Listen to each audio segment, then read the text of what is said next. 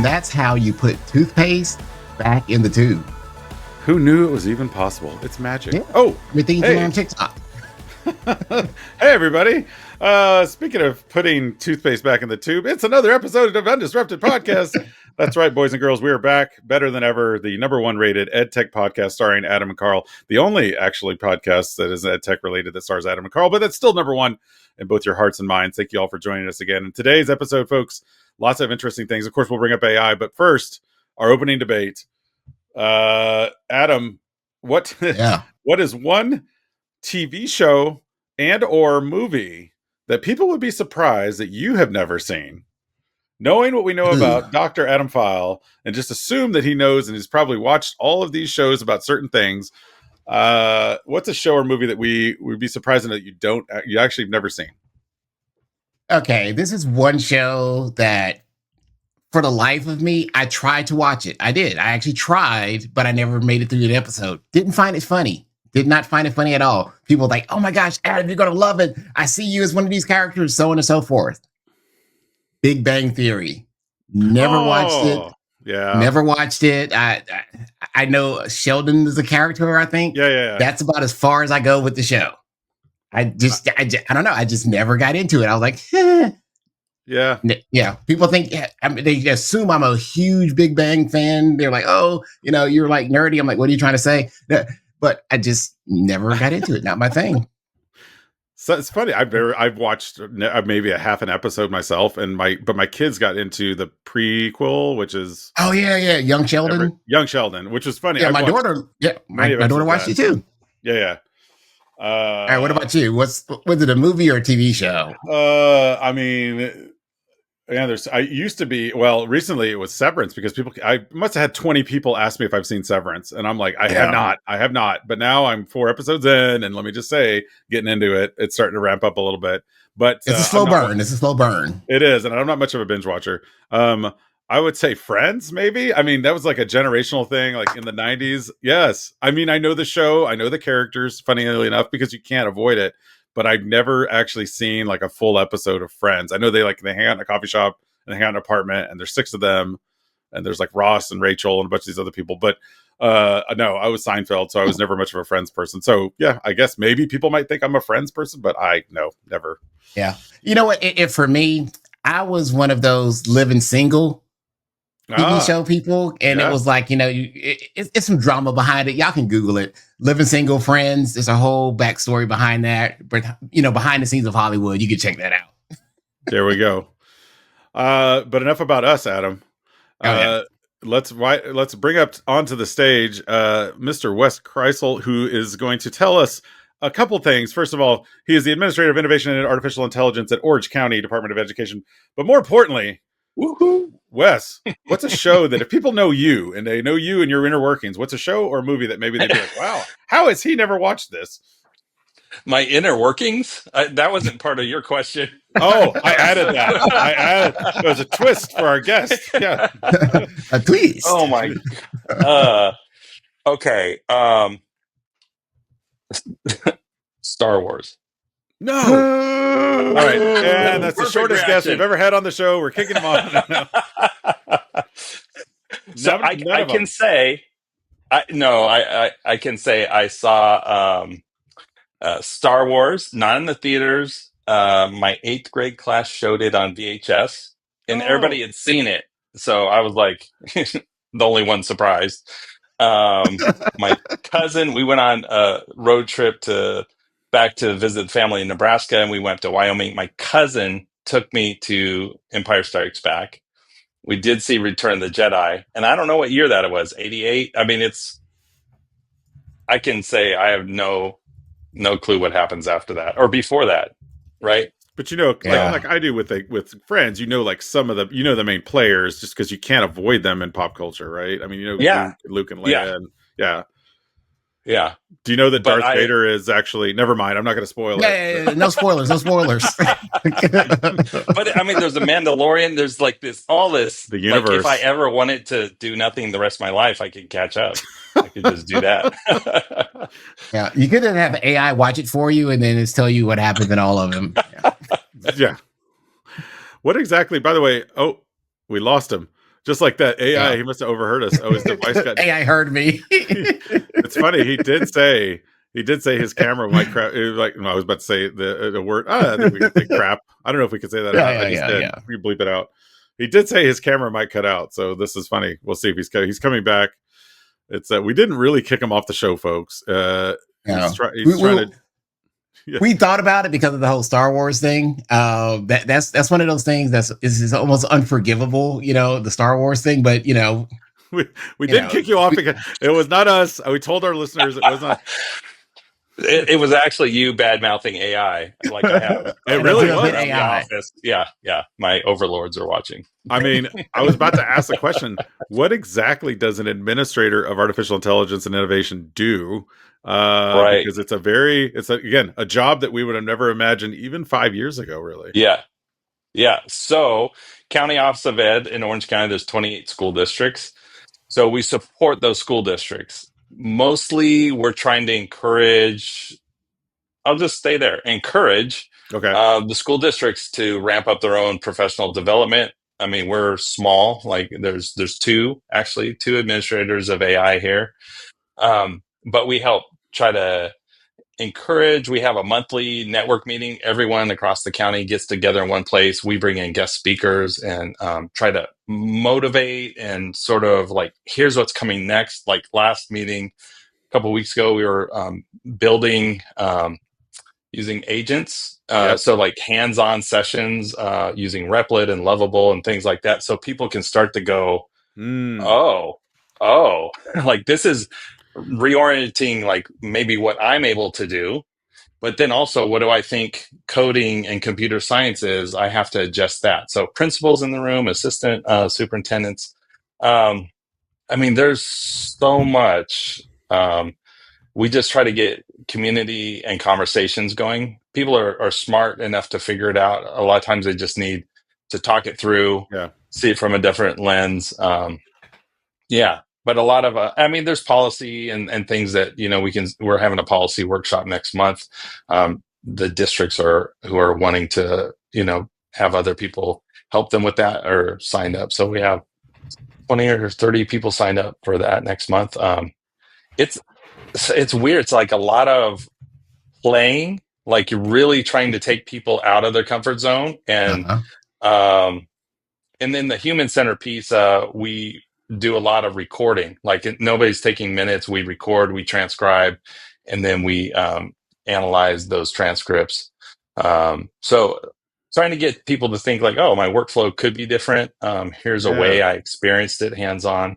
And then we go out to districts and just a lot of empathy interviews and listening. What are you trying to solve? Is AI a possible, path to what you're trying to solve? Yeah. Play with stuff and break stuff. I love it. Yeah. That's what we do. Yeah. Same old song. Yeah. So with AI, we all know it's not just about the technology. It's about, what our students can learn, understand, and do with this tool. So how can educators like shift their mindset around effectively integrating generative AI into their teaching practices? I mean, this is not an answer, but it is a way to set you up for finding your own answers is have focus groups, like always just have students who are using it, tell you how they're using it and try to create a safe space. One of the first, when I entered, we did 100 conversations about AI in 100 days. It was my entry plan. Kunal and I went all around Orange County and interviewed people, recorded those hour-long interviews, transcribed them. We thought we were going to take all the transcripts, put it into an LLM, find the trends. Yeah. It was like, after 10 conversations, you're like, oh, people are kind of stuck. It was just like analysis paralysis. But we noticed we hadn't heard from students. So we asked a teacher, like, hey, is there a student who's just passionate about, Chat GPT? He's like, yeah, there's a kid in the hallway every day. I see him. I used to have him a couple of years ago. So we interviewed him and he said, when we walked in, he's like, this Chat GPT changed my life. And we're like, what? Okay. So we talked to him and in January 2023, he started to ask ChatGPT, hey, can you write an anime story? I'm into anime. So he would generate these stories, generate worlds. He got to do it like 5-6 hours a day. So much so that he was running out of tokens, setting up new accounts, putting story ideas in Google Drive, like obsessive. And then, so we said, well, was there a time when because you said it changed your life. Was there a time when like that really, clicked for you? And he's like, yeah, I'm not a creative person. I hate writing assignments. And my English teacher gave us a handwritten final, 5 paragraphs. In the past, I would just put my head down. But after 6 months, I just picked up the pen, wrote not 5, but 7 paragraphs. I was done in 10 minutes. And he's like, ChatGPT rewired my brain. And we always quote that, but we also tell him like, you probably already had that in you. It's maybe like you're confident, know? Yeah. So his name's Kieran, and we tell that story a lot just as example. Like, he shouldn't have had to hide what he was doing. And he was attacking literacy in a way that we weren't. Adults weren't there to support him. And he was, breaking new ground and really leading his own path. So we tell that story to educators, say like, hey, look at what the young people are doing, and kind of, we call it followership, like follow where the students are going and try to double down on, okay, you're trying to go there. Let me help you. Yeah. Yeah. That's so cool. We've had this theme throughout the season with a lot of our guests talking about having the students find their passion.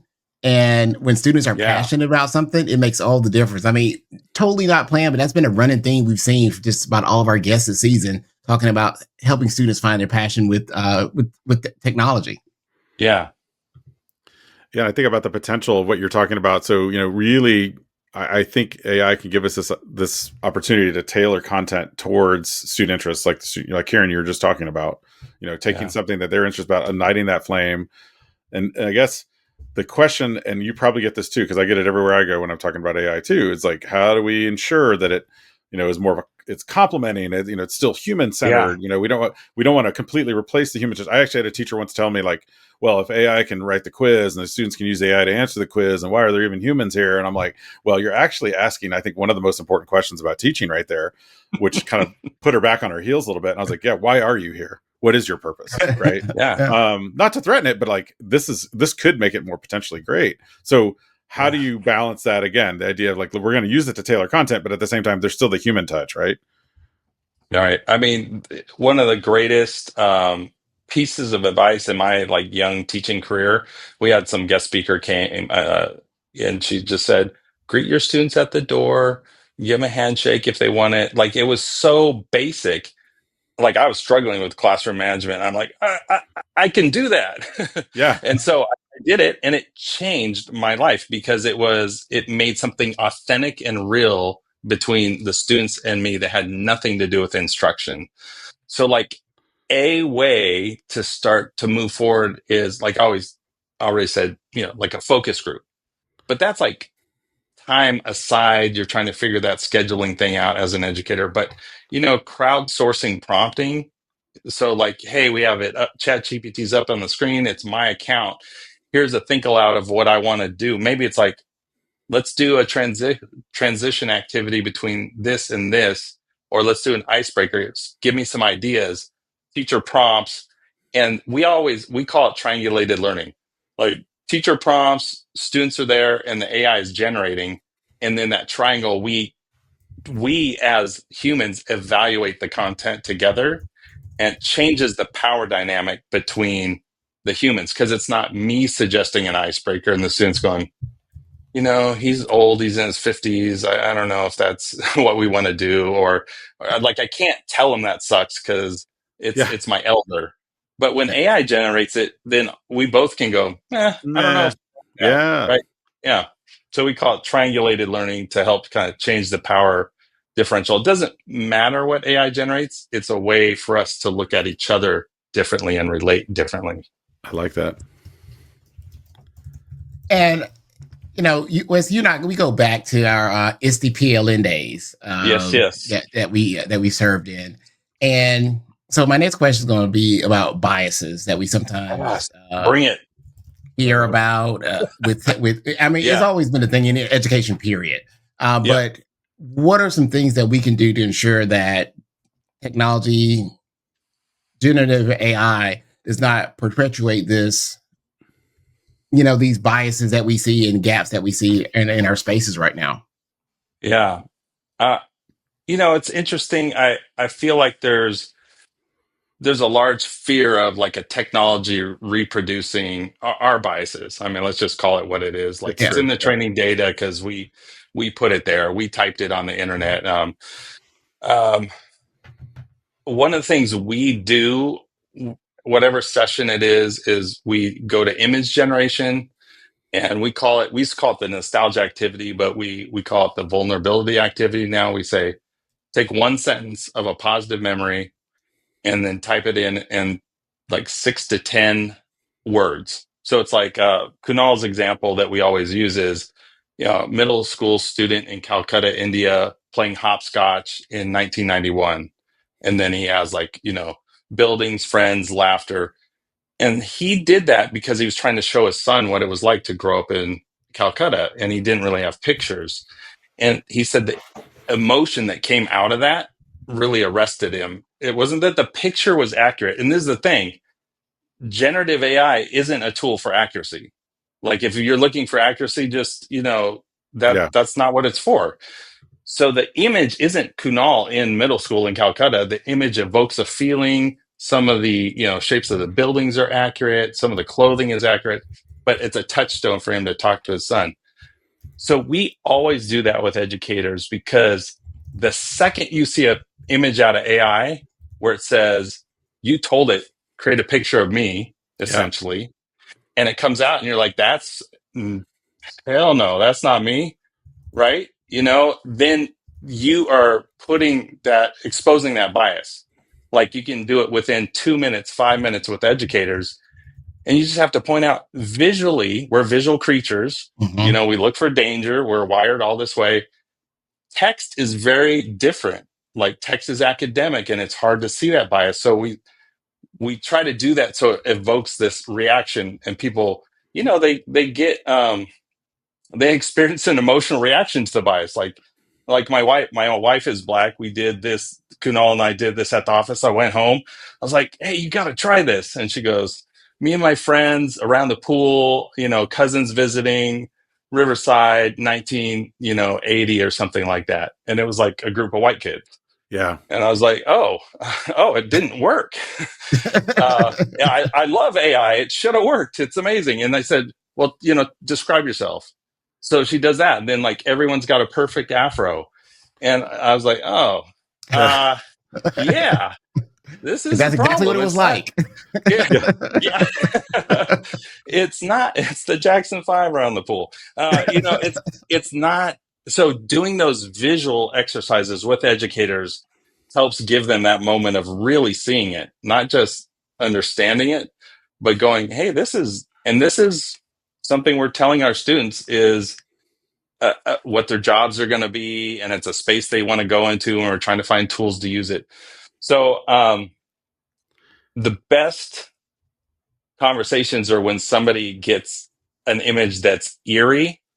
It has like real emotional resonance, and there's also problems with the bias, right? And then when it's not us as leaders, but somebody from like a group of principals saying, hey, it generated this of me, and then they hear their peers talk about it. That's kind of what we're going for. It usually happens. You just have to create a safe space where it's not fun to talk about bias, Yeah.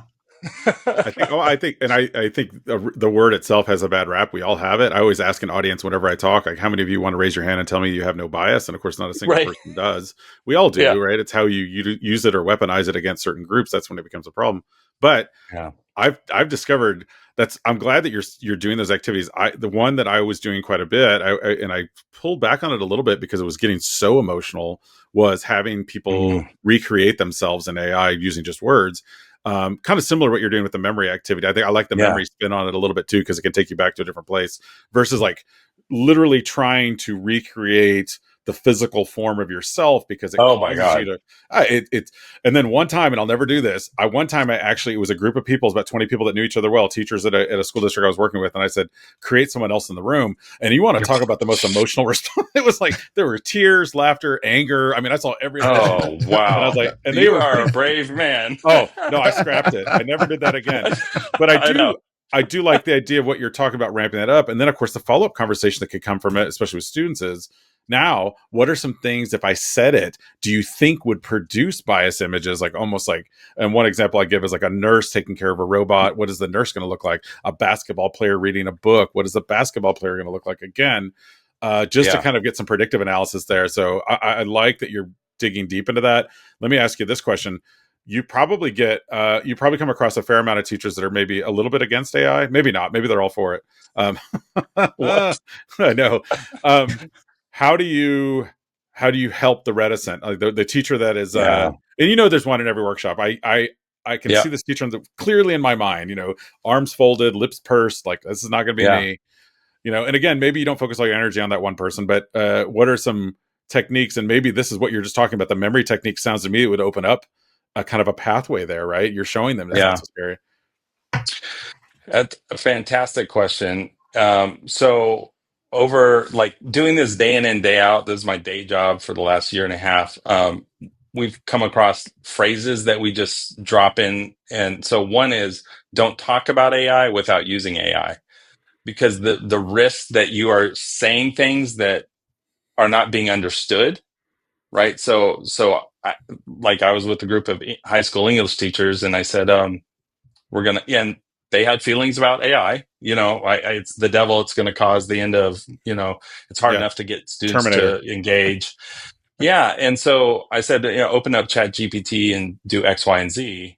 And at the end of the day, a teacher said, I've never touched it before.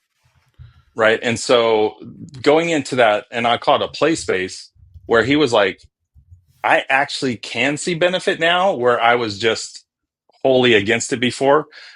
You're really leading people into a place where it sucks. It's not a fun job, but you're trying to lead them into being conflicted, right? Because I don't think AI is the answer. I mean, they have AI weaponry, like all this stuff is like, it can be horrible. But I believe in us. I believe in people. And I know if we're conflicted, and it's funny, the teachers kept saying, our students need productive struggle.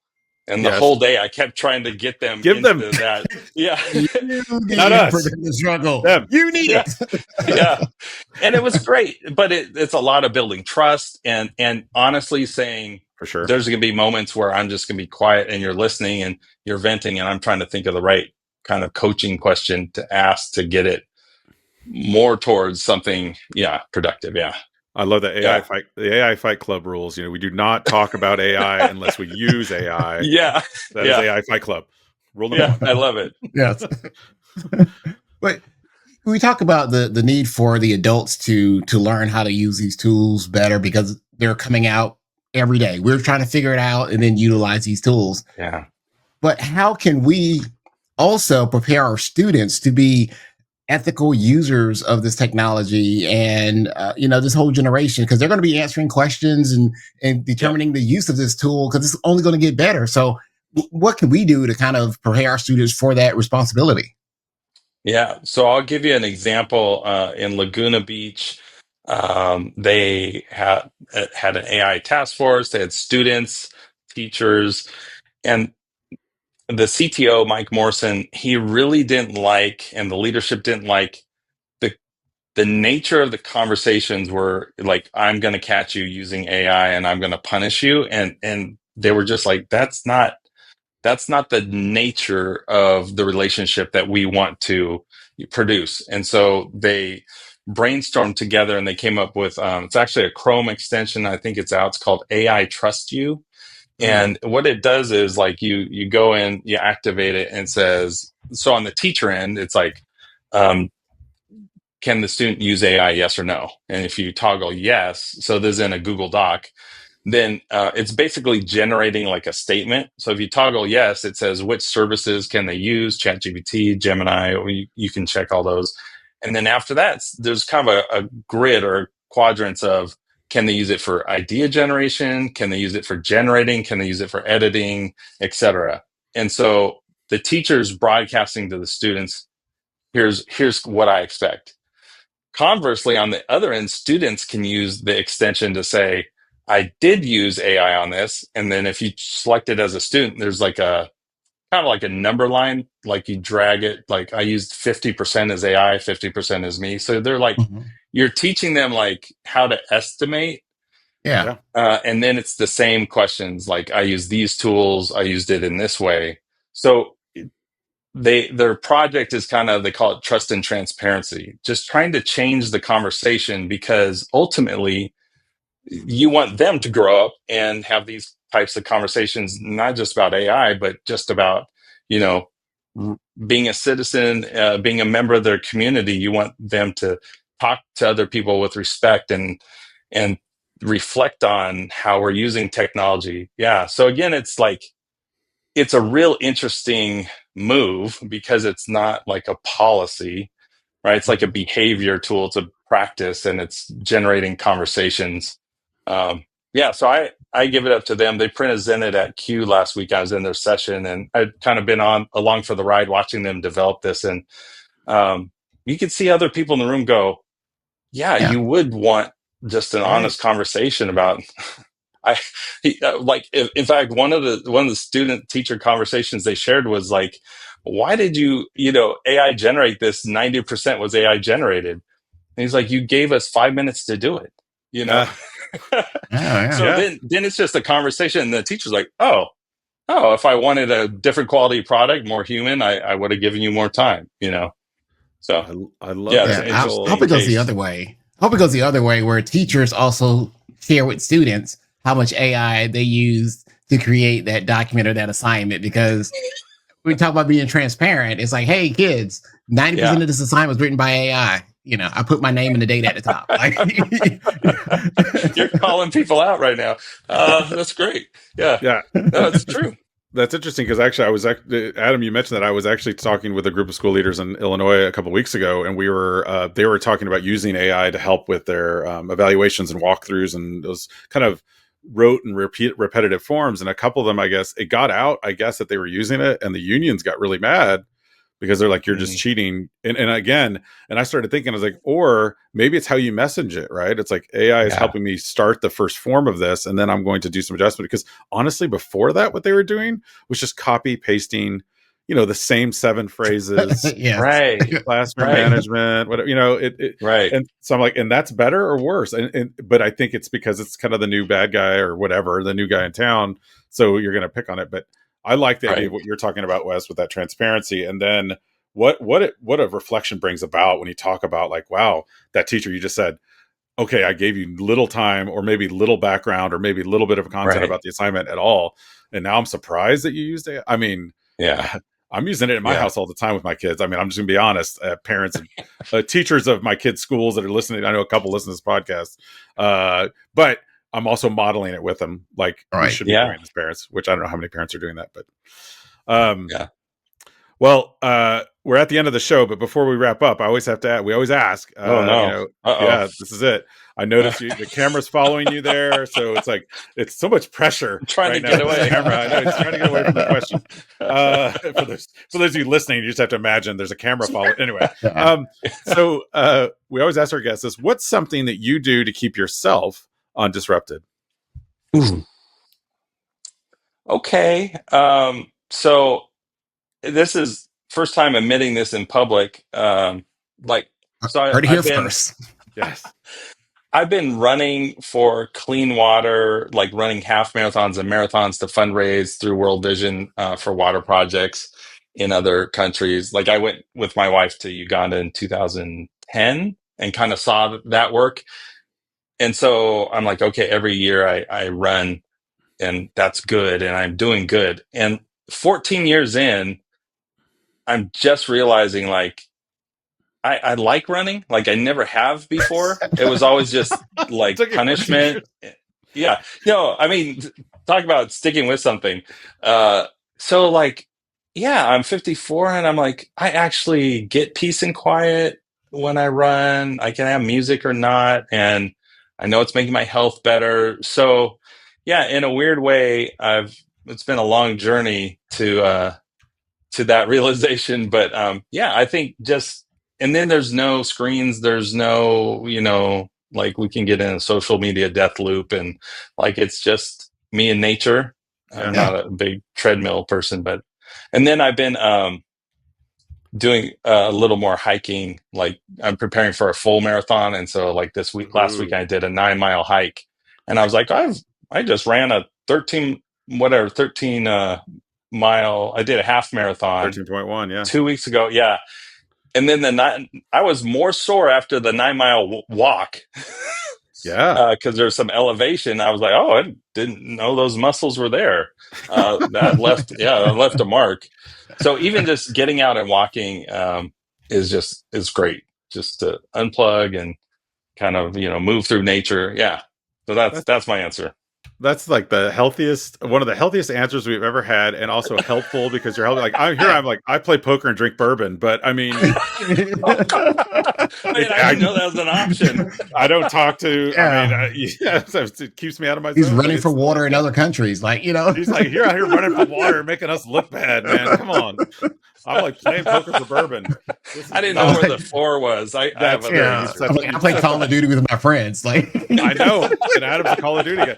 All right, Adam, we gotta up our game, man. Wes has set the bar for us. Yes. You and I, bro. I'm doing a 10K next week as of this recording with my daughter. So I'm with you. I like that, Wes. The idea of like that there's something processing that helps about being out in nature. And I'm like, I don't like the treadmill either. So getting out there, thinking, walking, even though I'm not running, I'm walking a little bit. It just helps so much. So yeah, that's awesome. Are either of you at ASU GSV next week? I will be there. Okay. I'm skipping. So real talk. I emailed the organizers. We're helping organize some things. I said, can we do a run walk meetup? I love that. We're putting together Sunday morning.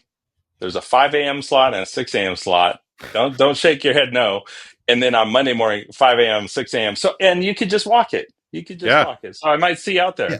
I think something happened to your sound and picture. Your sound's breaking up. What was that? I think you're going through a tunnel. That's 8 a.m. Eastern time, Adam. You'll be wide awake. It's on the Pacific Coast. Come on. You could have just said, I'm going to be there. This episode would have came out after that. Yeah.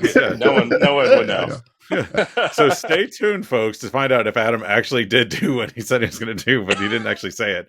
Wes, where can people find out more about you and the great work you're doing? I think just LinkedIn is probably where I am. I actually deleted my whole Facebook account about a month ago, and said goodbye to 16 years and give my data away. So LinkedIn is where I'm at. So that's it. Just Wes Kriesel. Just look me up. Wes Kriesel, everybody. Kriesel. Check him out on LinkedIn and all the great work that he's doing there in Orange County. You said SEL. I did say SEL. I'm not allowed to say that. Oh, it's because it's part of his name. Come on. It's part of his name. Okay. It's K-R. Kriesel without SEL. Yes. K-R-I-E *****. I mean, oh boy. Well, thank you so much for joining us, Wes. And we'll check you out we'll check you out on the mountains there sometime soon as he runs for water, everybody. That's right. And to all of our listeners out there, thank you so much for subscribing, liking, following along, and of course, giving us shout outs and reviews, because we might give you a shout out on a future show. This has been the UnDisrupted Podcast, brought to you by All for Ed. He's Adam, and you can follow him at AskAdam3. And he's Carl, and you can follow him at Hooker Tech. And remember, ladies and gentlemen, boys and girls of all ages, we are better together. And we are better UnDisrupted.